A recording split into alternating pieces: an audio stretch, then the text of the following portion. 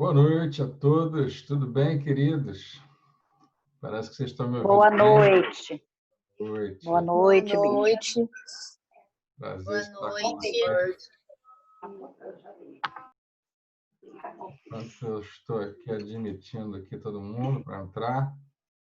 É um prazer ver vocês. Estava vendo um pouquinho de vocês na aula anterior, com a pastora Fernanda. Assisti tudo. Muito conteúdo bom. Muito bom. Vamos lá, eu acho que a gente tinha quase 50 ou 60 alunos, né? Já estamos com 40 aqui, já a gente começa. Juntaram todas as turmas, né? Juntaram. Nós temos os 4 núcleos agora aqui. Jacarepaguá, Parque Fluminense, Bom Sucesso e Maricá. E só a nata de cada igreja, né? Só gente muito fera que eu estou vendo aqui. Estava admirando vocês aqui, só tem gente boa demais.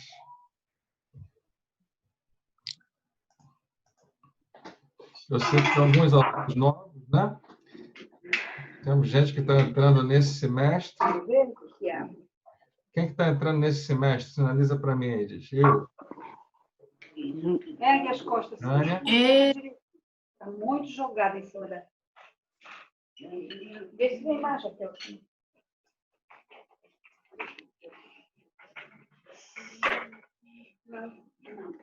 Mais alguém que está chegando nesse semestre? Está começando agora? Não estava fazendo antes, avanço, está fazendo agora? Não. Vamos para trás, direito. Ok.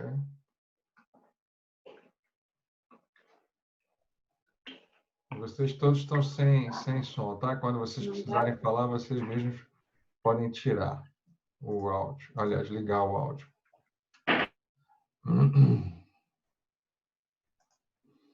Ok. Já estamos chegando quase 50 participantes. Acho que a gente já pode começar e eu vou liberando aqui para o pessoal entrar. Sejam bem-vindos. Esse nosso primeiro encontro desse semestre. Uma alegria ver cada um de vocês. Conheço muitos de vocês e tenho um prazer imenso de estar junto nesse momento com vocês. Os que eu não conheço, vai ser uma alegria poder conhecer também. Para quem não me conhece, meu nome é André, pastor na Igreja Nova Vida desde o ano 2000 e fui ordenado ao episcopado também. Sou, junto com o bispo Jorcelino, uma das lideranças aí da denominação. Tem sido uma responsabilidade grande, mas um prazer muito grande também. E sou pastor na Igreja de Jacarepaguá e sou responsável também pela escola Avance, que eu sonhava, né, há muito tempo a gente poder ter. E essa aula que a gente vai ter hoje, que a gente vai começar hoje, é uma matéria nova que a gente não tinha na escola anterior, na escola Atos, e foi eu que fiz muita questão da gente falar sobre esse assunto, e todo mundo topou. Não sei se é porque eles ficam com medo de discordar de mim, eu acho que não sei, mas eu acho que todo mundo concordou que era um assunto importante para a gente trazer e poder conversar a respeito dele. Essa expressão que a gente vai chamar, né, o novo de Jesus, ela tem um significado que eu acho que você consegue entender, né? E a gente vai fazer uma pequena introdução hoje, mas deixa eu explicar para você por que a gente acha que essa matéria é tão importante, antes da gente entrar. Aliás, antes de a gente começar, a gente está no intervalo. Vocês tiveram aí 1h20 de aula, depois um intervalinho de 20 minutos. Eu não sei se tem alguém com sono. Deixa eu olhar para a cara de vocês e ver se tem alguém que está com cara de sono. Tem um ali que já sinalizou que está com sono. Né? Então, eu vou fazer uma coisa que eu aprendi com um pastor americano, que é o Joel Osteen, que eu vou contar uma piada para vocês, para manter vocês um pouco mais animados no início. Só tem um detalhe: a piada que eu contar sempre no início da aula, ela sempre é sem graça, tá? É bem ruim, mas você tem que rir, tá bom? Para a gente poder dar aquela despertada. Eu ouvia algumas piadas que eu achava engraçadas, especialmente para usar em encontros de casal. Então, quase todas elas envolvem casal. A de hoje é o seguinte: um casal vivia aparentemente feliz, mas infelizmente o marido veio a falecer e a esposa, muito triste, fez os arranjos lá para fazer o sepultamento e preparou uma lápide para ele que dizia assim: descanse em paz.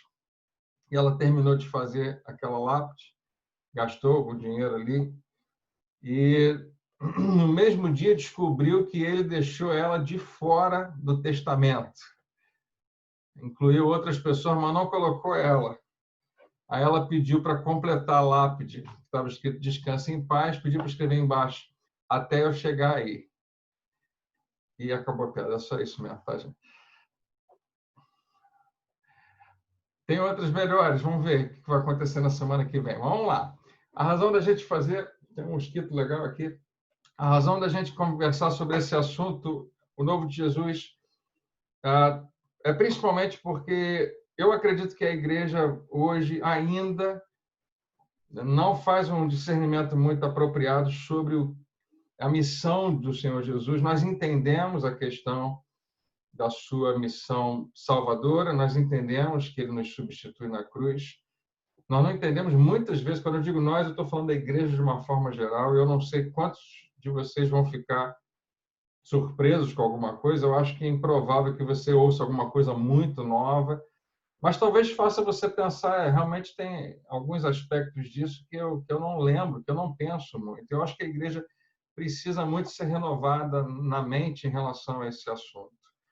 Então, eu vou compartilhar com vocês a tela do PowerPoint que eu fiz aqui e a gente vai acompanhar por ali. Eu vi que deu certo lá com a Fernanda, aqui não vai ter áudio, só que quando eu comecei aqui, parecia que eu perdi vocês. Eu acho que eu vou conseguir agora e a gente já vai dar começo a essa matéria que eu amo muito falar sobre esse assunto, se tornou um assunto recorrente nas minhas mensagens e quando eu vou pregar em algum outro lugar também, eu acabo sendo direcionado a tratar disso, desses aspectos do que Jesus trouxe como novo, tá? Então, fica acordado, fica comigo. No final vai ter pergunta de prova, beleza? Vamos ver se você vai prestar atenção. Então, deixa eu compartilhar aqui essa tela. Vamos ver se vai dar certo. Foi. Me diz se está chegando aí legal. Aula 1, tudo novo? Chegou, Jader? Beleza. Tá bom, filha. Minha filha está aqui me ajudando também. Então, vamos lá. Deixa eu abrir mais um pouquinho aqui para ver vocês. E seguir o nosso roteiro. Vamos embora. Que Deus nos abençoe, que Ele fale em nosso coração, que seja um tempo de crescimento em nome de Jesus. Amém? Vamos lá, então. Essa matéria falando sobre esse assunto significa o que eu quero marcar com você nas próximas 4 semanas é um aspecto que parece ser simples, mas existem algumas ramificações importantes, é de que Jesus veio apresentar algo completamente novo ao mundo. O que Jesus veio fazer não era dar continuidade a algo que existia. Esse talvez seja o grande drama no ministério de Jesus, e quando você lê os evangelhos você vai perceber isso, é justamente porque os judeus, os religiosos, os ditos pecadores, publicanos, todo mundo, vendo Jesus como mestre, ele era um mestre, e eles elogiavam a capacidade, a autoridade dele de ensinar, esperavam que ele fosse dar continuidade ao que já existia. Esperavam que Jesus estivesse, talvez, evoluindo a qualidade do judaísmo deles, né? A nossa religião agora, com Jesus, parece que deu um salto, mas Jesus cada vez vai deixar mais claro que ele não veio convidar ninguém para uma segunda versão, né? Judaísmo 2.0. Não, ele veio convidar todo mundo, e é aí que a gente vai começar a entrar numa crise importante aqui na nossa aula. Ele foi convidar todo mundo para abandonar o que eles conheciam até então e embarcar num ideal completamente novo. Então, é isso que a gente vai estar tratando. O choque foi muito grande, a transição foi muito grande. A gente vai começar a ver como é que isso se apresenta para mim e para você hoje e como é que se apresentou, especialmente para esse público judeu antigamente. A gente vai ler duas passagens aí dentro desses 2 capítulos de Mateus, e nos Mateus não, de João e de Mateus também. João capítulo 1, eu vou colocar aqui para você. João capítulo 1, você vai observar que é João falando de João, mas são 2 Joãos, se for esse o plural, 2 diferentes, né? Você deve saber, quem escreve o Evangelho de João é aquele que andou perto de Jesus no seu ministério, famoso, aquele a quem o Senhor amava, ele escreve assim a seu respeito, né? É o apóstolo. E fala de João Batista no capítulo 1. E vai contar um pouquinho da história de João Batista e vai chegar finalmente onde ele quer. Ele fala que João vem e começa a ensinar, começa a batizar. Era uma novidade. Naquela época, ninguém batizava outras pessoas. As pessoas eram convidadas a se autobatizarem, mas em alguns aspectos mais para cerimônias de purificação. Não existia isso de uma pessoa batizando a outra. Tudo era muito estranho. Aí chega lá um grupo de levitas e fariseus para interrogarem ele, né? Começa a perguntar para ele: o que você está fazendo? Você está fazendo isso com qual autoridade? E pergunta: você é o Messias? E é um diálogo muito interessante. João fala: não sou. Não responde muito, não. Até que eles perguntam: então fala quem é você. Ele diz: eu sou só uma voz. Eu sou só uma voz que clama no deserto, que apresenta algo que vem aí, que é muito, muito, muito importante. E enquanto João, o apóstolo, está escrevendo isso, ele chega num determinado momento e ele começa a falar a respeito de Jesus usando a seguinte expressão. Inclusive, tá tudo a ver com o que a Fernanda estava falando agora com você, né? A lei foi dada por intermédio de Moisés, João capítulo 1. A lei foi dada por intermédio de Moisés, a graça e a verdade vieram por intermédio de Jesus Cristo. João fala isso, escreve isso logo depois de dizer que Jesus veio, né, do Pai, vimos a sua glória como a do unigênito do Pai, cheio de graça e de verdade. Então a gente vai ver esse momento onde ele começa a revelar Jesus como alguma coisa bem diferente da lei. Moisés trouxe a lei, Jesus é a personificação da graça e da verdade. E nas próximas semanas a gente deve mergulhar um pouco mais nisso, descobrir o que isso significa. A gente defende, né, na Avance, que esse aspecto de Jesus ser a graça e a verdade é que ele não é o equilíbrio perfeito, ele é a plenitude das 2 coisas. E a gente vai falar um pouco disso um pouco mais à frente. E continuando a leitura, né, quando você lê isso, a lei foi dada por Moisés, a gente está falando no contexto de que Jesus é apresentado, quando Jesus entra para a história, né, ali como um adulto já, que vai ser reconhecido como mestre, ele vive ele está num contexto, né, num panorama histórico, onde a lei era tudo para o judeu. E ainda é, né, para um judeu devoto hoje também é. A lei de Moisés é tudo. O Santo dos Santos, onde estava a lei, o templo. Se você lê a história do templo para os judeus, quando o templo finalmente, alguns anos depois da morte de Jesus, foi completamente destruído, a gente não para pensar nisso, mas no momento em que o templo é destruído, acabou o judaísmo. Porque não tem como exercer aquela religião sem o templo. O templo era tudo para eles. E é inaugurado um judaísmo novo a partir dali, né? Porque faltava o templo, que era o principal, era o lugar da adoração, era o lugar do encontro com Deus. E você vai ver, então, nesse papel aqui que João está escrevendo a respeito de Jesus, ele fala que Jesus veio para substituir algo, não apenas para dar continuidade. Jesus era um mestre, e mestre poderia facilmente mencionar a lei, estudar a lei, ilustrar a lei de Moisés. O que ninguém estava autorizado era criar uma lei. Deus já tinha estabelecido toda a lei, né? A lei governava todas as faces da vida judaica e os judeus, muitos, morreram para preservar a lei, para preservar o templo, um número imenso de mártires para manter isso vivo. mas ele fala: a graça e a verdade vieram por intermédio de Jesus Cristo. Então, João começa a falar de um contraste, algo novo que estava chegando. E não era e também, mas ao invés de. Não é além do que a gente tem, vai vir algo novo aí. Não. Ao invés do que nós temos hoje, tem algo novo. Eu vou repetir isso algumas vezes, porque eu acredito que para nós, como igreja, isso é fundamental. Então, no capítulo 1, já no versículo 28, você vai ver, a história continua dizendo, tudo isso aconteceu, tudo isso o quê? João dizendo, né, eu sou só uma voz, e chama os judeus de raça de víboras, e eles vão embora.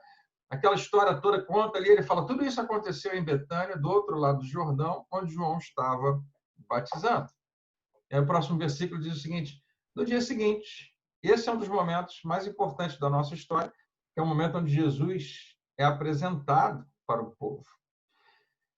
João viu Jesus aproximando-se e disse, vejam, ele manda todo mundo olhar para Jesus, né? Você já teve num lugar onde alguém apontou, você estava todo mundo olhando para você e você apontou para alguém, para onde vai os olhares de todo mundo, né? João estava com esse gesto cumprindo exatamente o seu papel. Eu sou só uma seta, eu só sirvo para apontar. Vejam, é o Cordeiro de Deus, que era uma expressão que eles conheciam, mas eles nunca tinham ouvido ser falado a respeito de uma pessoa. Cordeiro de Deus aparece lá naquela história de Abraão, quando vai sacrificar o seu filho, e de repente Deus providencia um cordeiro. Em geral, Deus nunca providenciava o cordeiro. O homem tem que providenciar o seu próprio cordeiro para o sacrifício. Isso era muito novo. Aliás, tudo que a gente vai tratar hoje, embora seja velho para a gente, era muito, muito, muito novo para quem estava ouvindo. Jesus, ou João Batista, você está querendo dizer que Deus está providenciando um cordeiro? Para que serve o cordeiro? Eles sabiam. Cordeiro de Deus, que diz respeito a sacrifício, para morrer. Ele está apontando para um homem, dizendo que ele é o que Deus está escolhendo para esse sacrifício, para morrer, que tira o pecado. Essa expressão significa, para eles, tem uma conotação muito poderosa, não é apenas o cordeiro que cobre, não é apenas o sangue que esconde o pecado, mas que tira. A expressão significa que pega e leva para longe. Tira o pecado do mundo. Então, vamos fazer a primeira pergunta. Quando a Bíblia fala é o Cordeiro de Deus que tira o pecado, o que significa esse tira? Pega e leva para longe. Guarda, que pode ser que você veja isso em algum lugar, não sei, uma prova, não. Talvez a gente pode, né? Então, guarda isso aí para você não esquecer. Tira.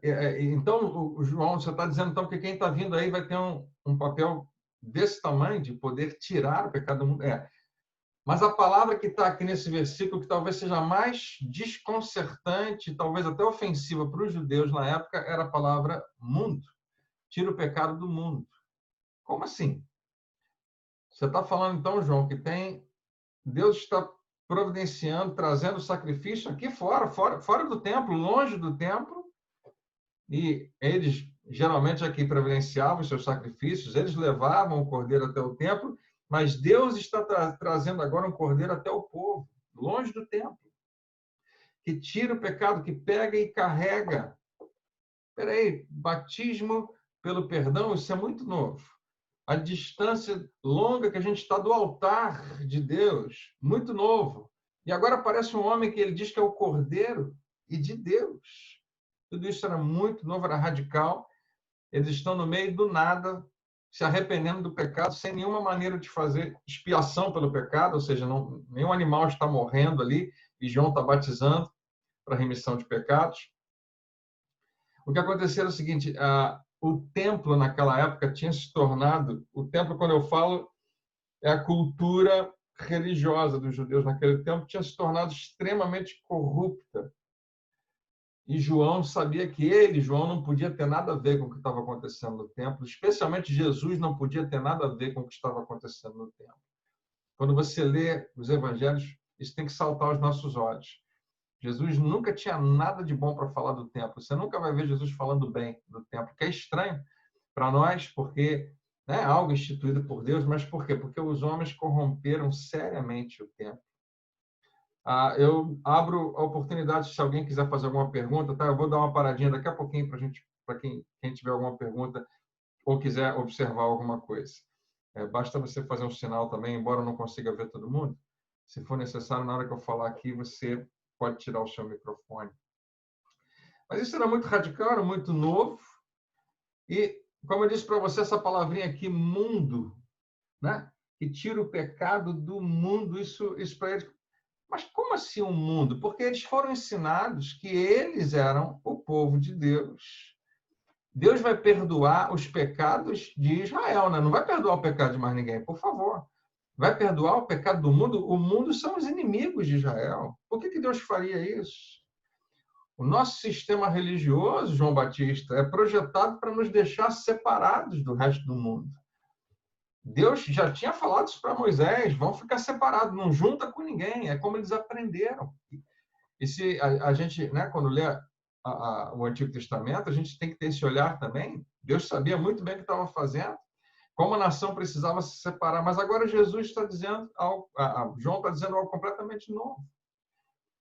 O sistema deles, o sistema religioso, a história deles era marcada, eles lutando contra todo mundo. Todos os povos eram inimigos, raramente aparecia alguém com quem eles podiam fazer aliança. E agora você está falando para a gente, João, que Deus está invertendo o curso para fazer algo não mais contra o mundo, mas a favor do mundo? Tem certeza, João? Você não quis dizer Israel? Que tira o pecado de Israel? Não, tira o pecado do mundo. Mas eu sempre achei que Deus odiava os inimigos de Israel. Tudo isso era novo demais, era muito para digerir.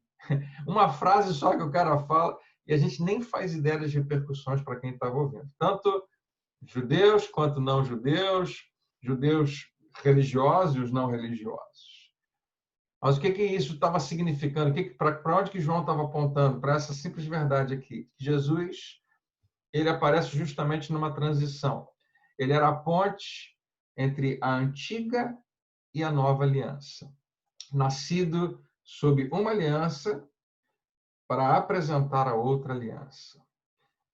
E aqui eu quero deixar isso com você, mais uma vez, a minha intenção é provocar algo em você. Eu não sei se isso fere, ou daqui a pouco talvez eu vá ferir um pouco a sua teologia, mas o que Jesus veio apresentar, de certa maneira, derrubava o regime anterior. Você não consegue instituir algo completamente novo e ainda assim ter algum tipo de conciliação com algo antigo. Você lembra quando a gente fala não dá para colocar vinho novo em odres velhos? É exatamente esse contexto que Paulo vai trazer. Você não pode colocar um remendo novo no tecido velho. Ele está dizendo não dá para conciliar essas duas alianças. As duas são importantíssimas, as duas têm o seu lugar, mas uma substitui completamente a outra. E Jesus é quem apresenta isso, é quem faz isso acontecer. Jesus nasce na antiga aliança, ele é a única pessoa que cumpre toda a lei, né, e apresenta uma nova aliança. A gente vai falar disso possivelmente na semana que vem, que é talvez uma das minhas aulas prediletas, porque a gente fala justamente desse momento que a gente às vezes esquece o que Jesus está dizendo sobre estar consumado. A gente vai falar sobre isso. Mas Jesus era essa ponte, dois sistemas de valores distintos. A antiga aliança tinha um sistema de valores, a nova aliança tem outro. São dois conjuntos de leis diferentes. As leis da antiga aliança não têm nada a ver com as leis da nova aliança. São duas maneiras de enxergar o mundo. E Jesus nasce debaixo de uma dessas alianças para introduzir uma nova. Não é mais um pacto entre Deus e uma nação, agora é um pacto internacional, não mais nacional, internacional, é um pacto com toda a humanidade que Deus estabelece a partir de Jesus. Não sei se você já teve essa oportunidade, mas se você já fez uma transição grande, e todos nós já fizemos, né? Se você se casou um dia, você fez a transição da vida de solteiro para a vida de casado. Se você saiu de um lugar onde você trabalhava para um outro lugar ou para um outro setor, transições frequentemente são muito estressantes. Mas mudar uma cultura é muito difícil e demora muito. Você vai ver no livro de Atos como Paulo briga em relação a isso. Briga feio por causa desse contexto. de uma cultura que ninguém quer se desarraigar, ninguém quer perder aquilo. E ele fala, olha, mas Jesus já terminou com isso, né? O tempo todo ele vai falar sobre isso, e até hoje, em 2020, o que tem de igreja, mas são muitas, que acreditam que nós temos que resgatar coisas da antiga aliança que o próprio Senhor Jesus fechou a porta, deixou para trás. Mas, pela graça de Deus, os alunos da Avance vão ser heróicos nesse sentido, não vão permitir que aquilo que Jesus, né, fez seja ignorado. Amém? O sistema do templo era muito rico, era muito poderoso, muito corrupto. Jesus nunca tinha nada de bom para falar sobre o templo, e é justamente esse sistema religioso que vai unir forças com o império, com os reinos desse mundo. No caso, a gente vai ver os reinos desse mundo representado por Roma,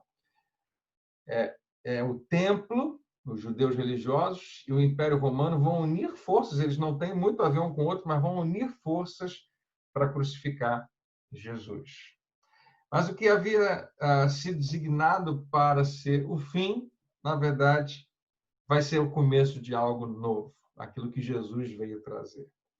Então, Jesus ele veio estabelecer 3 coisas completamente novas. E se tudo der certo, a gente vai falar delas nas próximas 3 aulas, dessas 3 coisas. A primeira de todas é que ele veio estabelecer uma nova aliança, um novo pacto, um novo arranjo entre Deus e a raça humana, um substituto para o antigo. Jesus veio substituir todo o sistema de valores e todos os ensinos de tudo que está escrito entre Êxodo e Malaquias. Tudo que está escrito ali. Eu vou usar essa expressão porque a gente está em sala de aula, eu posso falar. Não sei se eu falo isso na igreja, mas às vezes eu falo. Jesus está arquivando, está guardando. Nós não vamos mais falar disso. Nós ainda, e claro, nós sempre vamos valorizar as escrituras, e talvez em algum momento vai parecer até que eu estou falando contra, mas, por favor, claro que nós acreditamos que toda a Bíblia, Antigo e Novo Testamento, é a palavra de Deus, e eu coloquei até aqui para você ver isso, né? A Bíblia é a palavra de Deus, eu creio, e eu prego muito com base no Antigo Testamento, você pode ter certeza, mas nem toda a palavra na Bíblia é para todo mundo. E eu acho que isso aqui incomoda muita gente. Eu não sei se incomoda você, já me incomodou bastante. Peraí, a Bíblia é a palavra de Deus, mas nem tudo que está na Bíblia, nem toda palavra lá serve para todo mundo. Para começo de conversa, a gente precisa tratar disso, a gente deve falar mais nas próximas semanas. A primeira parte da sua Bíblia, porque quando você recebeu ela juntinho, né?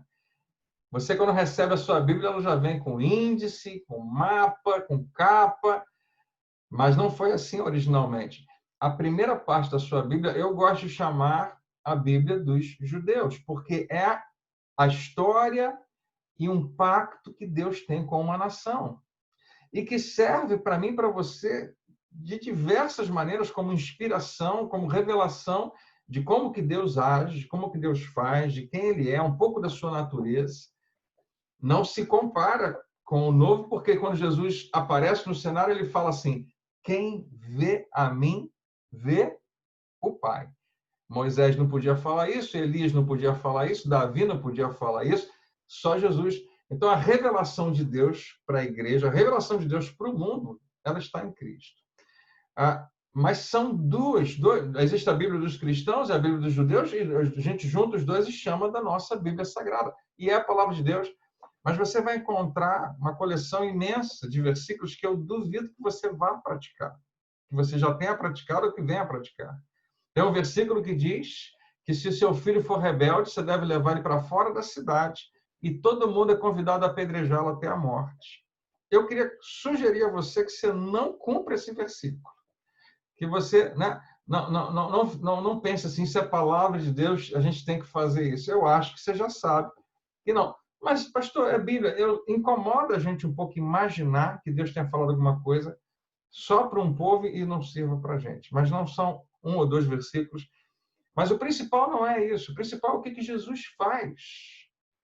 E quando você vai ler o Novo Testamento, você vai ver o seguinte: uma nova aliança torna completamente obsoleta a antiga. Ela realmente arquiva. E a gente vai valorizar e vai amar, e eu vou falar muito bem da antiga aliança, mas vamos ver como é que Jesus fala dela, para justamente a gente fazer a mesma coisa que ele faz. Amém? Então, nem toda palavra na Bíblia é para todo mundo.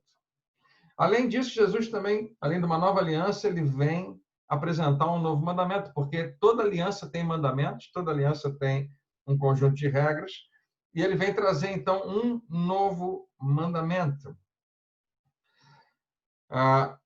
Jesus, ele faz uma coisa que pode ter parecido ofensiva para muita gente.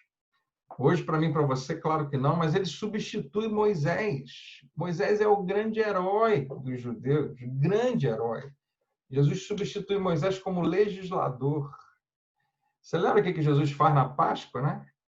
A Páscoa dos judeus. O que a gente faz na Páscoa? A gente celebra Moisés libertando, Deus libertando o seu povo da escravidão do Egito.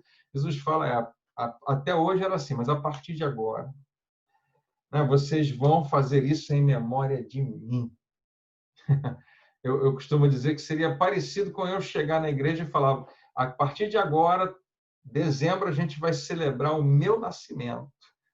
Vamos fazer uma cantata, para celebrar o aniversário do André, e vamos cantar louvores a mim, e vamos... algumas pessoas vão subir aqui em cima, vão falar bem de mim. Você olhar para minha cara e falar, André, pelo amor de Deus, você está maluco, né? E tem gente que talvez até ia sair da igreja se eu falasse uma coisa dessa, porque é tão ofensivo, mas é mais ou menos nesse grau que quando Jesus, naquela ceia, fala, vocês vão agora ceiar a ceia da Páscoa em memória de mim. Eles já tinham visto Jesus em ação, eles já tinham visto, que Jesus revelando a presença de Deus, a glória de Deus, o amor, a bondade, o poder de Deus. Eles não devem ter ficado ofendidos, mas se fossem outras pessoas, com certeza sairiam da sala e não ficariam ali, porque ele estava pedindo muito. A partir de agora, é porque Jesus está substituindo o que Moisés tinha feito. E esse novo mandamento, Jesus eleva de uma maneira muito mais alta o que foi estabelecido por Moisés. A Fernanda estava até falando, Moisés fala, não matarás, Jesus pega o patamar e joga lá em cima. Não, se você estiver odiando. Porque Jesus quer que todo mundo saiba que não importa o seu grau de entendimento da palavra, não importa qual religioso você é, você está no mesmo nível que todo mundo, que você precisa de um Salvador. Jesus vai reduzir essas 613 leis, matei o bicho, 613 leis, ele vai reduzir para 2. Seria tão bom se fosse assim, né? Você sabe que quanto menos lei, mais difícil para você quebrar. Quando você tem muita lei, é porque você encontrou muita brecha para você quebrar. Jesus reduz tudo para 2. E mais tarde ele vai reduzir no finalzinho ele vai reduzir para uma só. E esse único mandamento vai servir como a ética governante, unificadora do seu novo movimento. As 3 coisas que Jesus veio trazer. 3 coisas. Jesus fez tudo novo. Eu estou trazendo 3 que eu considero talvez as mais relevantes para a gente conversar aqui.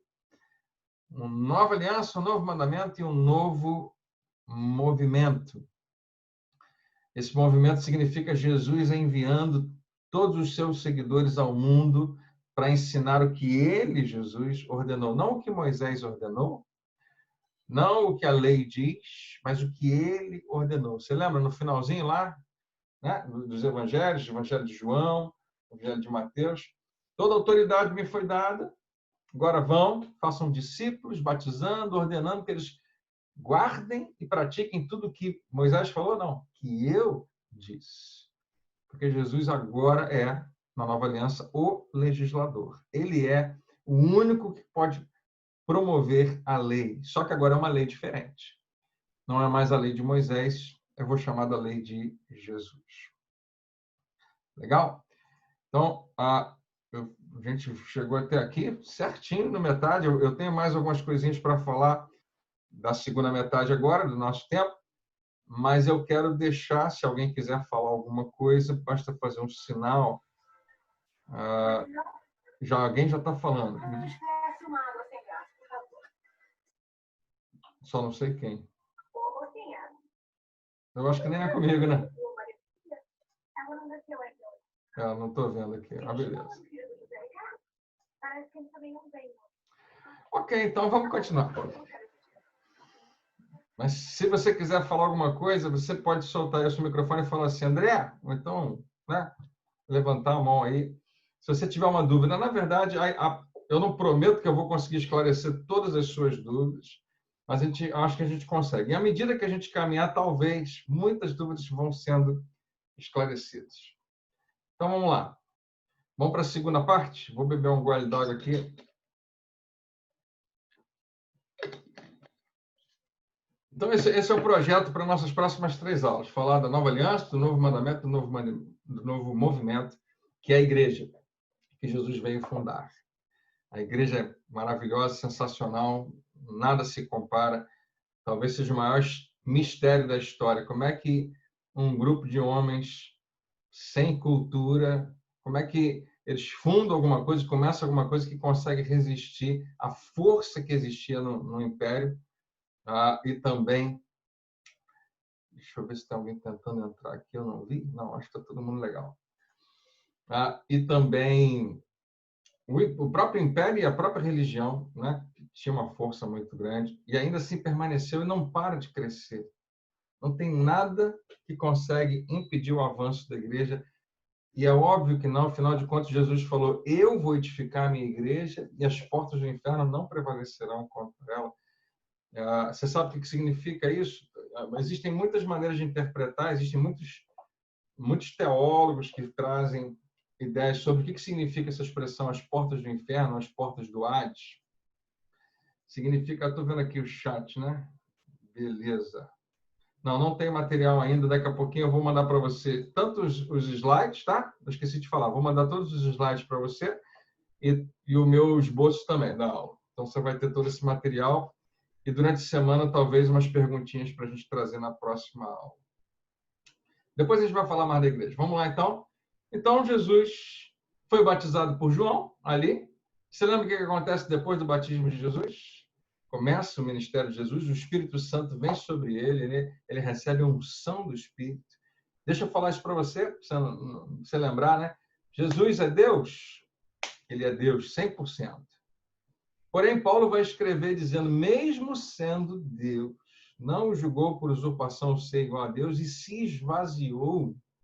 Então, Jesus opera nesse mundo, mesmo sendo Deus, ele opera como um homem.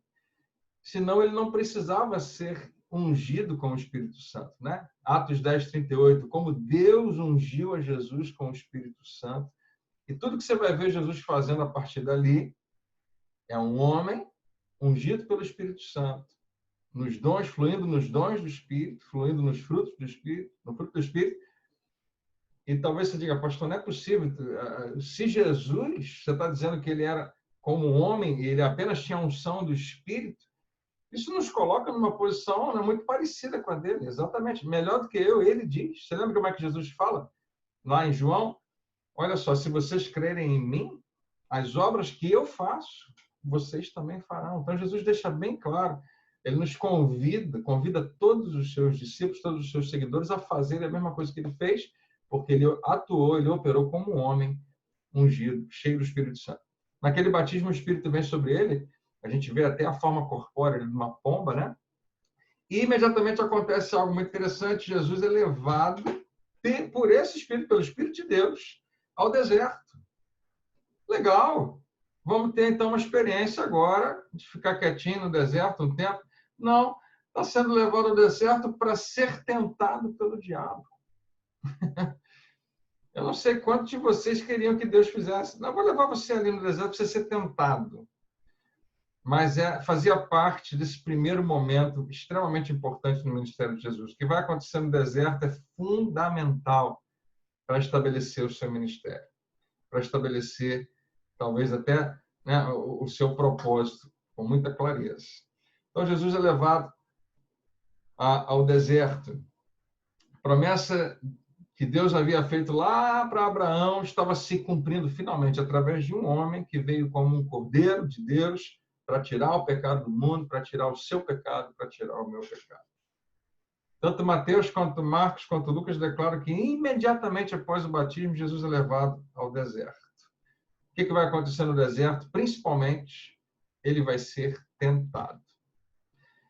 E quando a gente fala de tentação, essa passagem é fantástica para ilustrar como que as nossas tentações acontecem. Mas eu queria dizer para você que não é só isso que está ali, não é apenas uma lição sobre tentação. Mas vamos falar um pouco sobre tentação, como é que isso foi para Jesus, como é que isso é para a gente. Tentação. Tentação é sempre um convite para sermos egoístas. Pensa em cada uma das suas tentações, você vai perceber que elas têm isso em comum. É sempre um convite para fazer a coisa do meu jeito, na hora que eu quero, porque eu quero, para meu benefício. Vou repetir, você não precisa anotar, porque a gente está gravando essa aula. Mas tentação, você pode investigar cada uma das suas, você vai perceber que todas elas têm isso em comum. É algo que eu faço porque eu quero fazer do jeito que eu quero, na hora que eu quero, para meu benefício.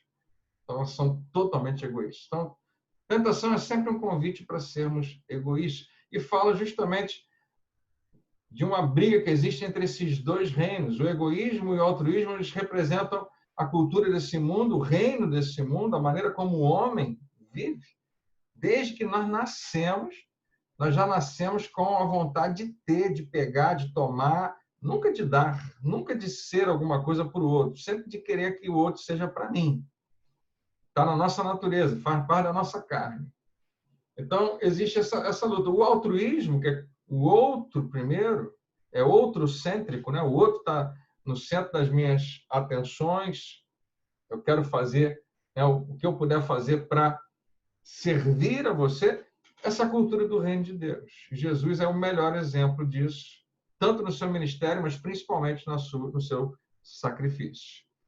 Então, não é apenas uma lição, a tentação de Jesus não é apenas uma lição sobre como vencer uma tentação.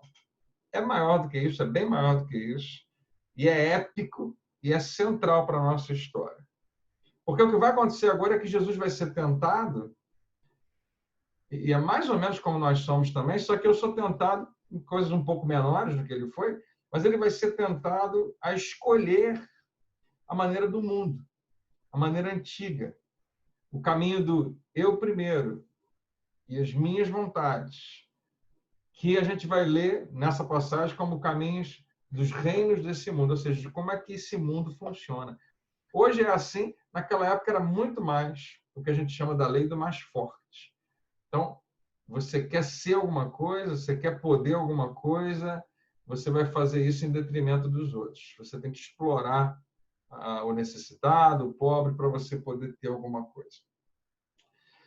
Então, Lucas vai afirmar que isso foi uma tentação recorrente, que não aconteceu uma vez só, mas acontecia com frequência. E aí, vamos ler aqui a passagem com a gente? Para a gente ver aqui. Depois de jejuar 40 dias e 40 noites, e eu fui inspirado agora para dar para vocês esse dever de casa. O que vocês acham de a gente fazer como dever de casa um jejum 40 dias, 40 noites, para ver como é que é, né? Para ter uma ideia. Não? Ninguém quer? Ok. 40 minutos. Né?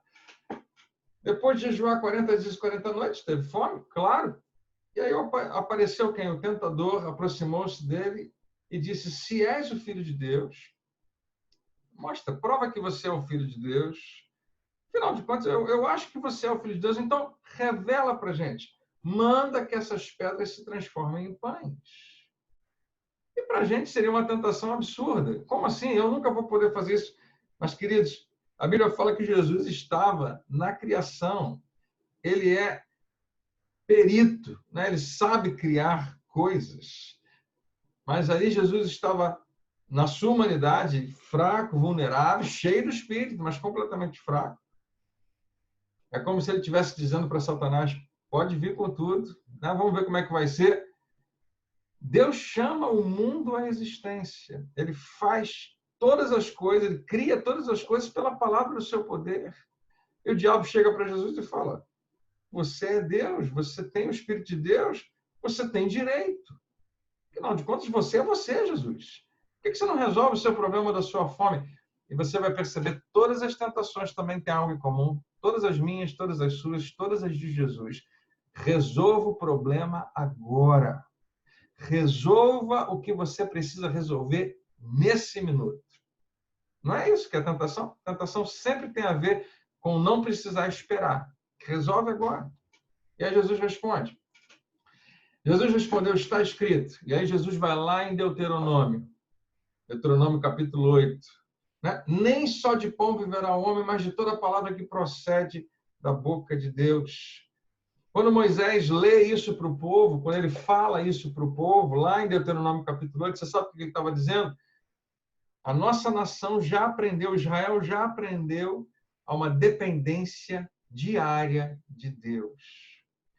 Você lembra do maná? Eu não vou contar toda a história, mas o maná era uma comida sobrenatural. Deus mandava comida de uma maneira que a gente não consegue entender para o seu povo, todo dia. E Jesus nunca esqueceu disso, ele sabia disso, e nesse momento ele usa, não, eu não vou fazer as coisas do meu jeito, eu vou fazer... E eu acho que esse é o antídoto para quase todas as nossas tentações, ou talvez todas, lembrar da nossa dependência de Deus. E Israel estava aprendendo lá atrás a depender todo dia de Deus. Ele fala, mas de toda palavra que procede da boca de Deus, disso viverá o homem. Jesus está dizendo, eu não vou agir de forma independente, eu não vou agir no meu próprio nome, eu não vou aderir à cultura desse mundo. Eu não vou fazer o que você está falando. Porque a gente não pode ignorar que, eu não sei se o diabo apareceu para ele, porque a tentação, eu acho que ela perde um pouco a força se você percebe o tentador, né? Mas, de alguma maneira, Jesus foi seriamente tentado mesmo, e venceu a tentação. A tentação é sempre um convite para agir a seu próprio favor, né? É extremamente egoísta. Mas vamos lá. Então, o diabo levou a cidade santa, colocou-o na parte mais alta do templo e lhe disse... Então, Satanás, a gente não sabe como que aconteceu, mas não foi rapidinho do deserto até lá, eles fazem essa viagem até esse ponto mais alto, olham lá para baixo, o templo ficava bem próximo a um vale, então o que acontece ali é que eles conseguem olhar lá embaixo. Essa é uma história interessante, depois para você ver, quando o templo foi destruído, eles jogaram essas rochas, as pedras do templo nesse vale, e ele vai lá, o templo ainda está de pé, né? E o diabo chega para Jesus e fala o seguinte, se és o Filho de Deus, joga-te daqui para baixo. E agora o diabo faz algo que ele sabe que poderia funcionar muito bem. Ele usa a própria palavra de Deus. Está escrito, ele dará ordens aos seus anjos a seu respeito. Se você vai ser enganado, o engano está justamente com base em alguma coisa que você, em geral, acredita. Mas a gente só é enganado por pessoas que a gente resolveu confiar, né? A gente é enganado pela fake news que veio de um amigo que a gente confia. A gente é enganado quando, aparentemente, a fonte parece ser confiável. E o diabo sabe que funcionaria bem dizer, né? Olha, está escrito, já que você é bom de Bíblia, eu também sou. Deus prometeu, se você cair, ele vai te segurar. Vai mandar anjos.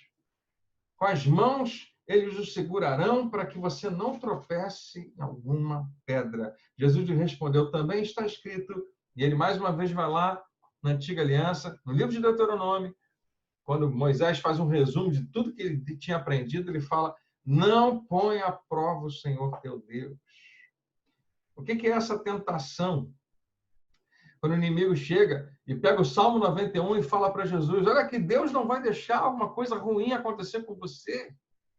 Você sabe que isso é um modelo de religião muito comum. Tem muita gente que acredita que se você está em Cristo, nada ruim acontece com você. Você está totalmente imune a todo mal. E a gente já sabe, nessa altura, que não é muito bem assim. Nós continuamos vivendo nesse mundo. Mas existe uma versão do cristianismo que já foi pregada e tem sido pregada, né, de que, não, Deus vai livrar você se alguma coisa ruim acontecer. Você confia nele ou não confia? Deixa eu te explicar. Porque a igreja tem que... Nós precisamos dar mais um passo e crescer nesse aspecto. Essa tentação é a tentação de usar Deus ou achar que Deus tem que fazer alguma coisa. E para muita gente é uma versão moderna da fé.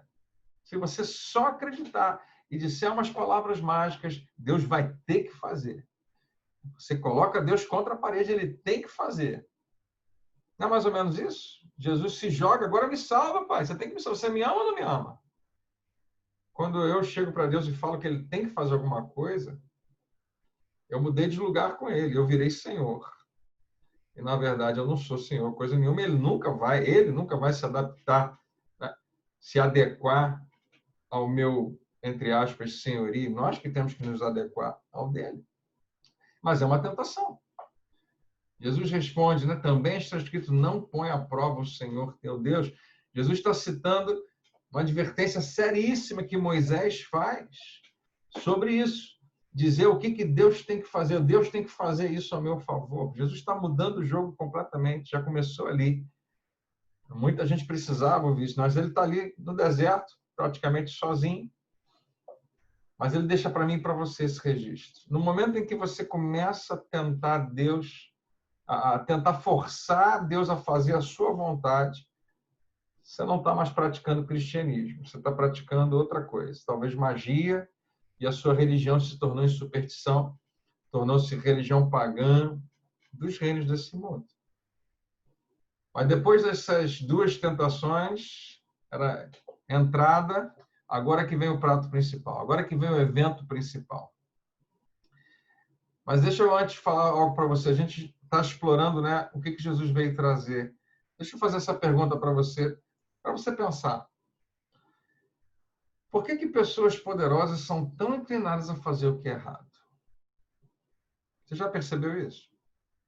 A pessoa sobe um degrauzinho e já fica orgulhosa. Pessoas poderosas, pessoas que acreditam que têm algum poder, principalmente por causa do dinheiro, né? Elas se sentem frequentemente inclinadas a fazer o que não devem fazer.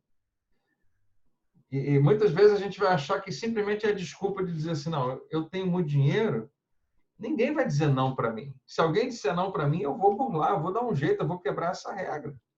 Porque eu preciso mostrar o tamanho do meu poder. A gente não para pensar nisso, mas todos nós, e mesmo que você não tenha muito dinheiro, se você tiver um pouquinho, você já é tentado. Se você tiver um pouquinho de poder, um pouquinho de influência, você já é. E nós vivemos num país que a gente vê isso todo dia, toda hora. Basta ligar a TV, basta ligar o rádio, basta entrar na internet. As notícias são exatamente essas. Homens que, né, têm muito poder, muito dinheiro, muita influência, mas perderam a linha completamente, perderam a linha moralmente, perderam a linha eticamente, financeiramente. O que está por trás das coisas que a gente não consegue aceitar, que a gente considera injusto? O que está por trás da intimidação? Quantos aqui na escola sofreram intimidação, sofreram bullying? Eu levanto a minha mão. Eu sofri bullying, né? De tanto agressões verbais quanto físicas. O que está por trás disso? O que está por trás do assédio sexual, de um homem que é um patrão acreditar que ele pode se aproveitar de uma funcionária porque ela vai ficar com medo de perder o emprego? O que está por trás da arrogância? A pessoa, você sabe, pessoas arrogantes, ninguém gosta delas, ninguém. São pessoas que a gente não suporta, mas elas existem, elas estão por todo lado. E a tentação da gente ser orgulhoso e arrogante, ela está todo dia na nossa porta. O que está por trás de rejeição? Como é que, né, pode... Se tem uma coisa que mexe muito comigo, especialmente na família, quando alguém é rejeitado. O que está por trás da ganância, da vontade de ter dinheiro? Nem sabe por quê. Nesse momento aqui, nessa tentação, Jesus ele vai ser tentado. A gente tem que entender o que é isso. Significa que houve uma inclinação, existia alguma coisa nele que apontava, porque senão não é tentação. Não. Se alguém me oferecer um copo de cerveja, é tentação para mim? Não é, eu não gosto. É o menor prazer naquilo. Não, mas se me oferecer certas coisas que eu quero, que eu desejo, que eu queria muito ter, aí é uma tentação mesmo. Jesus vai ser tentado a adotar o sistema desse mundo, mas não, ele não cai na tentação. Porque durante todo o ministério de Jesus, e isso é uma das coisas mais maravilhosas que eu vou ouvir você essa noite, durante todo o ministério de Jesus, Jesus modela, Jesus ensina, Jesus é um exemplo perfeito de que poder não é para ser usado somente em benefício dos poderosos. É para ser usado em benefício dos que não têm poder. Que riqueza não é para ser usada somente em benefício dos ricos, mas riqueza deveria e precisa ser usada também em benefício de quem não tem. Jesus modela isso. Jesus é o exemplo perfeito disso. De que influência não é para ser usada somente para beneficiar os influentes, mas para ajudar os influenciados. E ao longo da sua vida, não se engane, essa tentação não aconteceu só no deserto. Jesus, ao longo da sua vida, do seu ministério, foi tentado a reverter o curso e reivindicar sua parte. Afinal de contas, foi profetizado a meu respeito que eu vou ser rei dos reis, senhor dos senhores. O Espírito de Deus habita em mim. Eu falo, as coisas acontecem. Eu falo, as ondas têm que se acalmar. O mar tem que fazer... né? Ele é tentado e nunca peca, nunca cai, mas é tentado a reverter o curso, reivindicar a sua parte. Ele é o nosso exemplo, ele é o nosso herói. Ninguém se compara a ele. Depois o diabo levou a um monte muito alto e mostrou-lhe todos os reinos do mundo e o seu esplendor. Eu não sei o que isso significava, mas esse lugar muito alto talvez tenha mostrado toda a região ali da Palestina, cidade de Jericó à noite devia ser linda, iluminada. E foi para isso que ele veio, para ter tudo isso, para ser rei dos reis, para ser senhor dos senhores.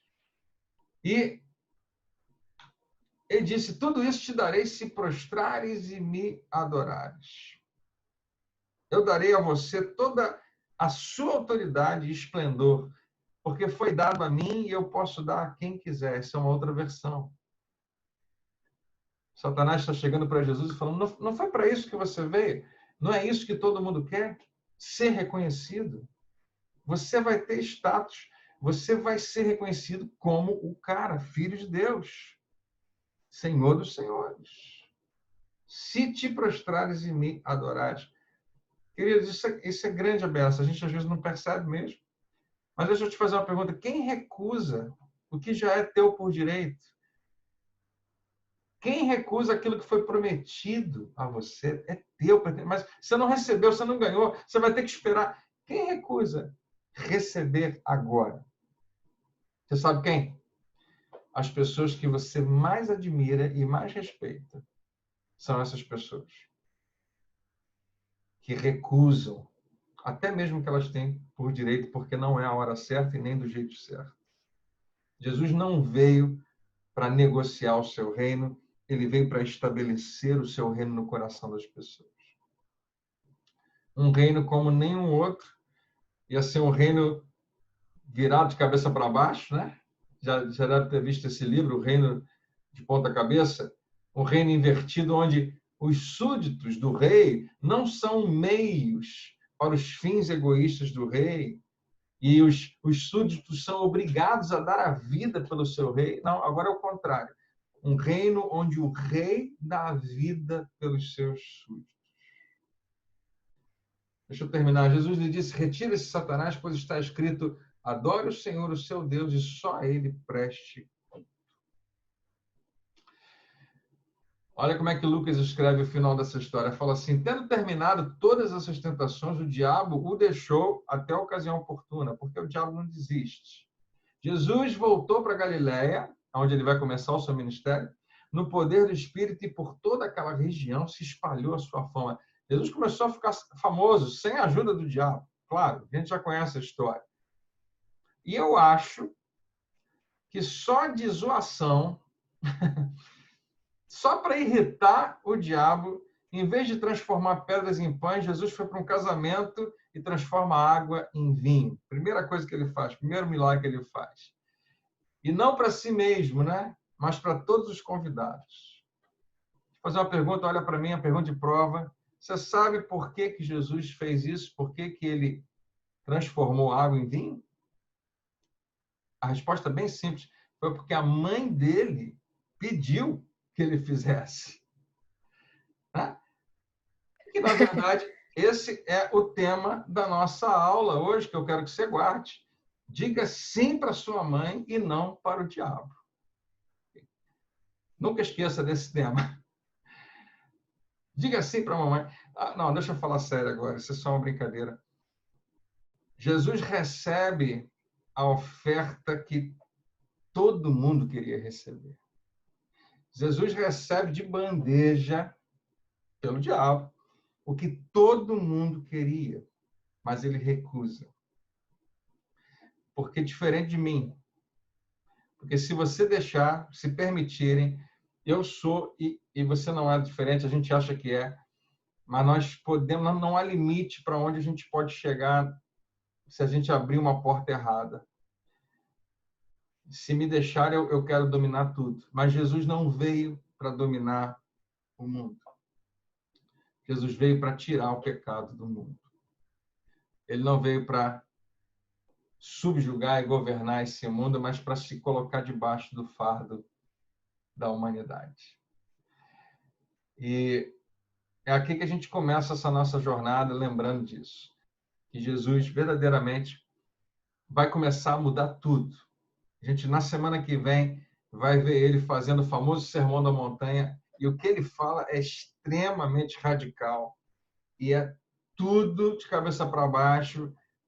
E até hoje a gente tem dificuldade, às vezes, de conciliar algumas coisas que ele tratou. Mas quem sabe, pela graça de Deus, semana que vem a gente vai ter um olhar novo para uma frase, especialmente para uma preposição que ele vai falar, uma palavrinha pequenininha, extremamente importante, que faz toda a diferença na nossa vida. Deixa eu deixar umas perguntas para você. Na verdade, já são no meu relógio aqui 10h05, a gente tem alguns minutinhos.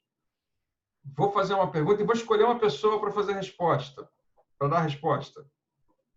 Posso? Tem gente que está tremendo só porque eu falei isso. Eu vou fazer o seguinte. Eu tenho um número aqui em cada um de vocês.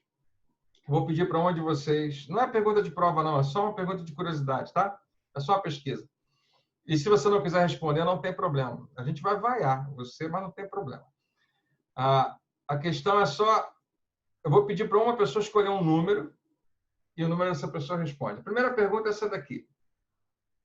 O que influenciou as suas primeiras impressões a respeito de Jesus? Talvez lá na sua infância, tá? Talvez você tenha que voltar lá na infância agora. O que influenciou a sua primeira impressão a respeito de Jesus? A igreja? Se você, como eu, foi criado desde criancinha na igreja, talvez tenha sido o primeiro grande contato que você teve com Jesus. Filmes, na televisão, arte, quadros, esculturas. Quão acertadas foram essas impressões? As primeiras impressões que você teve sobre Jesus se mostraram reais à medida que você cresceu, à medida que você se tornou mais experiente? Então, eu vou pedir aqui, Mônica, escolhe um número aí de 1 até 50. Eu estou tentando tirar o mute, mas não sai. Você tem que tirar o seu mute ou então falar bem explicado. E agora eu acho Ela que mesma feira. ela saiu. É qual Mônica, pastor? Mônica Loureira, perdão, era você. Sou eu? É. Só para escolher um É número. o número de 1 a 50, 27. 27. Ótima pedida. Então é a Karina. É você, Karina. Você pode falar para a gente um pouquinho disso? Você tem 2 minutos. O que influenciou suas primeiras impressões a respeito de Jesus? Igreja, filme, televisão, alguém? Então, As minhas, assim, primeiras impressões foi dentro de casa mesmo, assim, a minha mãe sempre foi uma pessoa de muita fé e, e a minha família também, né? A parte da minha família. Uhum. Mas eu não me converti logo cedo, porque parte da minha família também tinha um comportamento diverso em relação a isso, né? Eles praticavam uma coisa na igreja e na família tinham um outro comportamento, né? Mas, na verdade, isso tudo era porque eles viviam sobre a lei e conheceram a graça já mais velhos, né? Legal. Legal, obrigado, Karina. É isso mesmo. Nada. Teve algum momento, então, onde você teve uma revelação de que Jesus não era o que você pensava que ele era? Na verdade, eu tive uma impressão muito positiva, né? Porque eu realmente conheci esse Jesus maravilhoso que ele se mostrou na minha vida, na vida da minha família, e está a cada dia conquistando cada um, e a gente só está ali riscando o nomezinho da lista que cada um está Que legal. se achegando desse Deus maravilhoso. Se entregando, que legal. Que bom. Isso. Você escolhe agora mais um número para a próxima pergunta. De 1 a 50. Número 40. 40.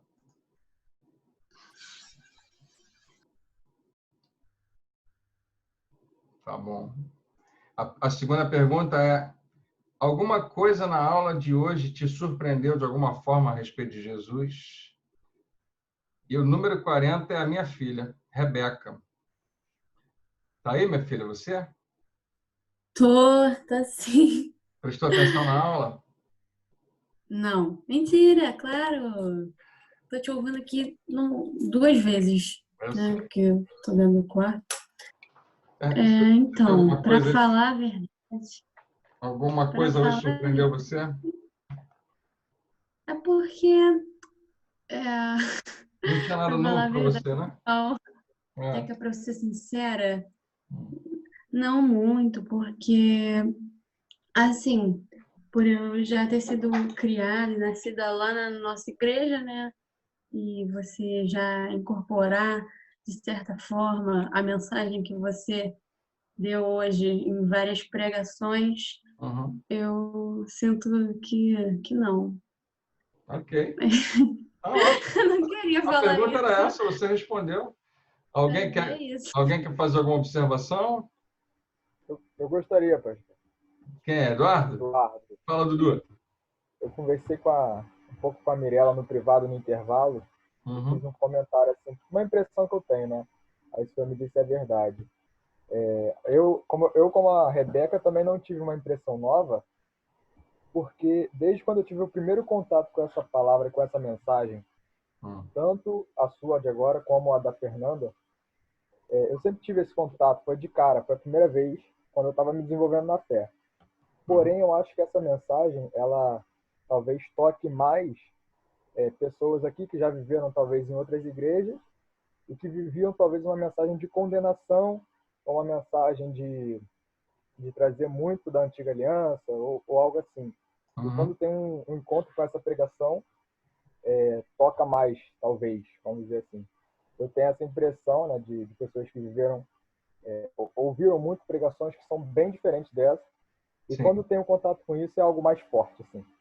A impressão que eu tenho. Legal. Legal. Interessante. A gente fica vacinado, né? A gente ouve certas coisas, quando ouve uma coisa que fere aquilo, é difícil para a gente engolir, a não ser que tenha uma base muito boa e que refaça, confronte a gente de maneira positiva, né? Legal, Dudu. Rebeca ainda está aí? Tô. Escolhe um número aí. Jader, quer falar? Deixa eu eu ia só comentar. escolher um número, peraí. De 1 a 50. É para escolher agora? É. Tá, eu escolho o número 7. 7, tá bom. Peraí, quê? Ah, é do 1 a 50, né? É, Ah, tá. é o 7. Vocês podem não Isso. acreditar. Vocês podem não acreditar, mas é o Jader. O número 7. Fala, Jader.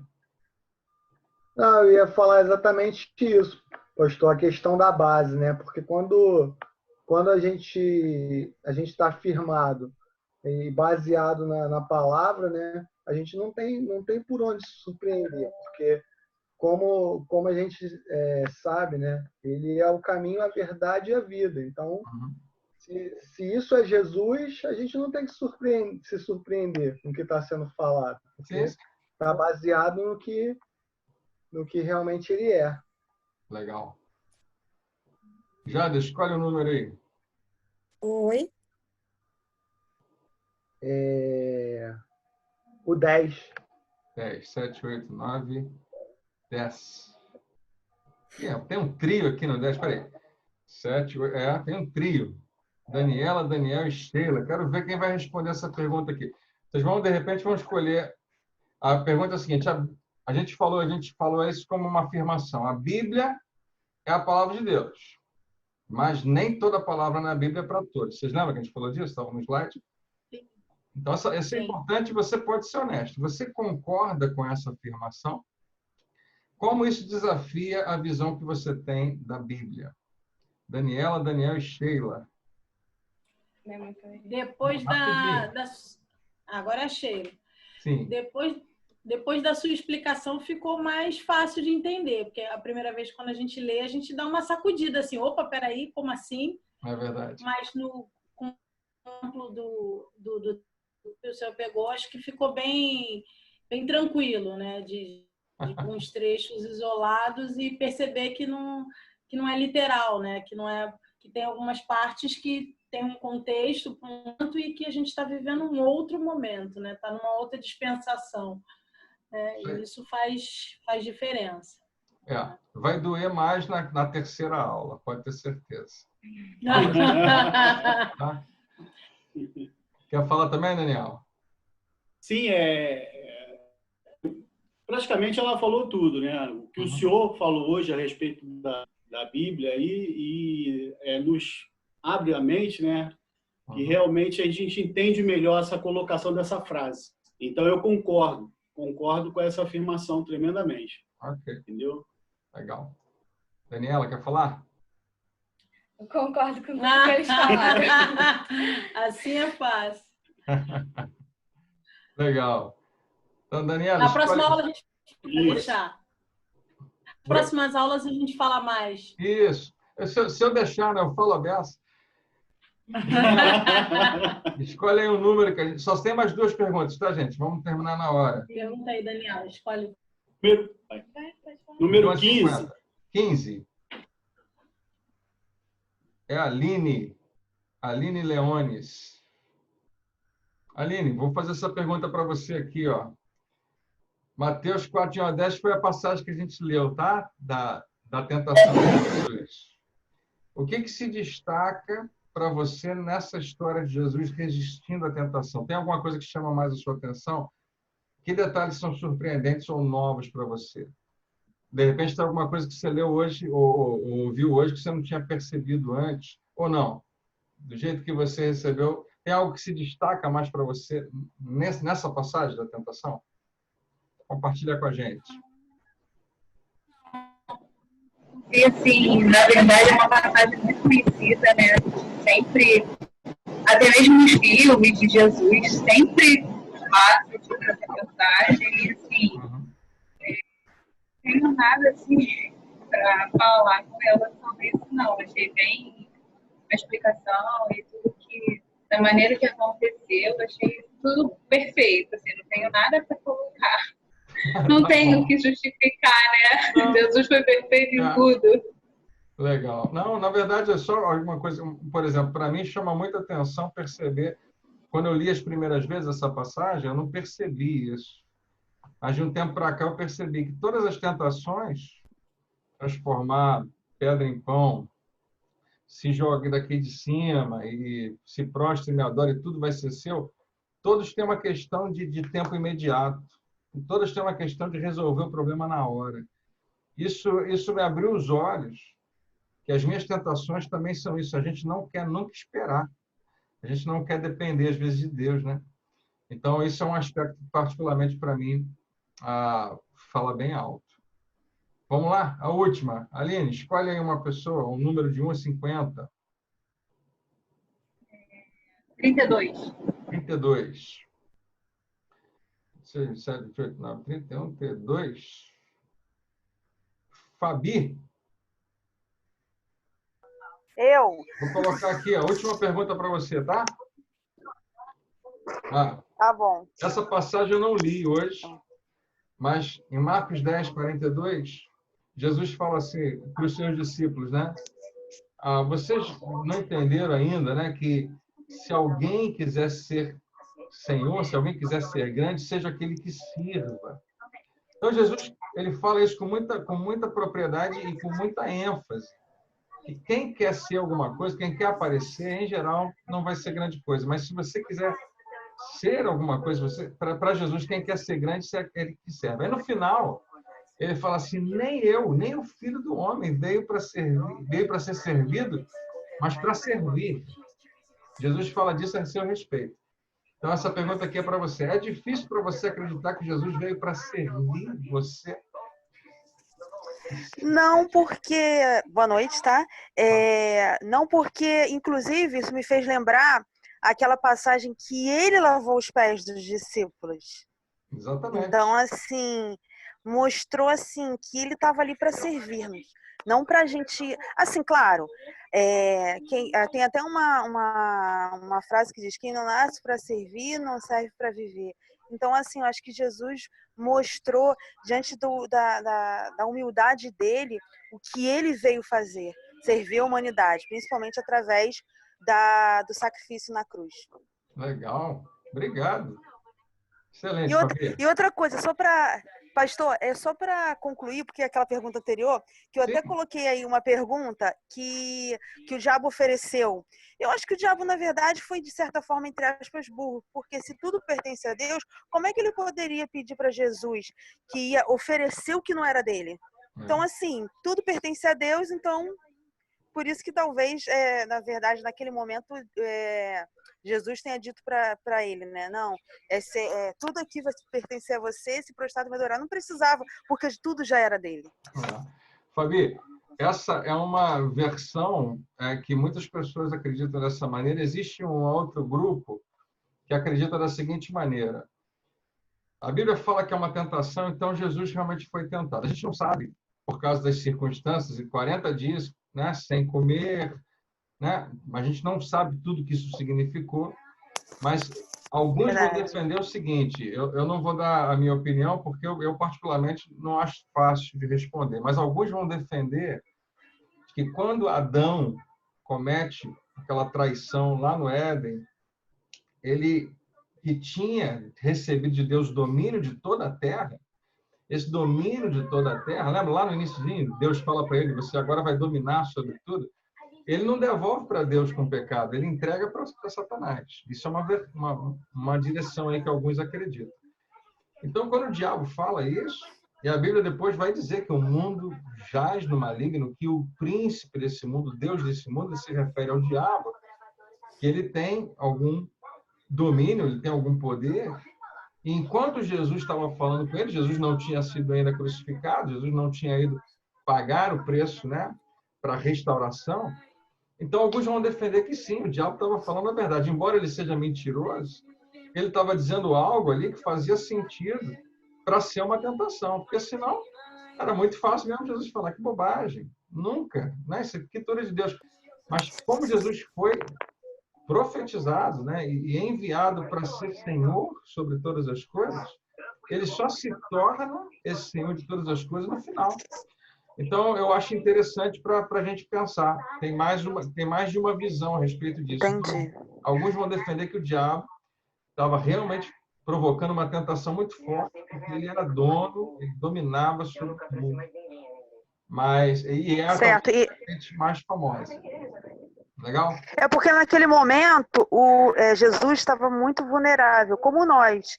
Ele vai sempre na área onde a gente é mais vulnerável. Então, naquele momento, Jesus estava naquele momento vulnerável nesse sentido. Só que mesmo assim ele resistiu. Graças a Deus, né?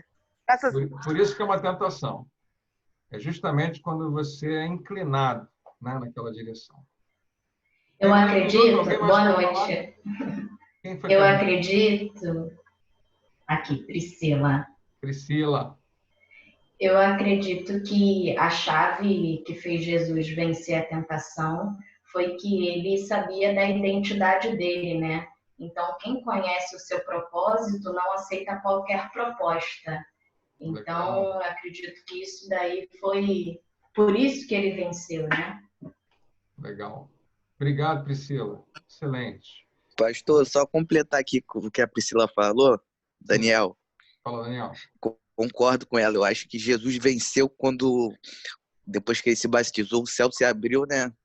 E a voz, né, falou: esse é meu filho amado, em quem eu me comprazo. Ali ele já sabia a identidade dele. Eu creio que foi ali que ele venceu, sabendo quem ele era em Deus. Exatamente. Legal. Porque Deus reafirma, né? Meu filho. E aí o diabo vai, Bispo, se você é filho, né?